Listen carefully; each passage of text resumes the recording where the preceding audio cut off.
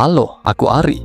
Saat aku batuk dan ada dahak, itu tandanya tubuhku sedang bekerja, menjaga aku tetap sehat. Kalau ada kuman atau debu, tubuh membuat lendir ekstra. Lendir ini menempel pada kuman agar tidak tinggal. Saat siap keluar, lendir bergerak naik pelan ke mulut. Batuk adalah tiupan kuat yang mendorongnya keluar. Penyebabnya bisa pilek, debu, udara kotor, atau kebiasaan minum dingin terlalu sering. Supaya cepat pulih, minum air hangat, mandi hangat, dan istirahat. Kalau batuk nggak kunjung sembuh, bilang ke orang tua ya supaya bisa bantu.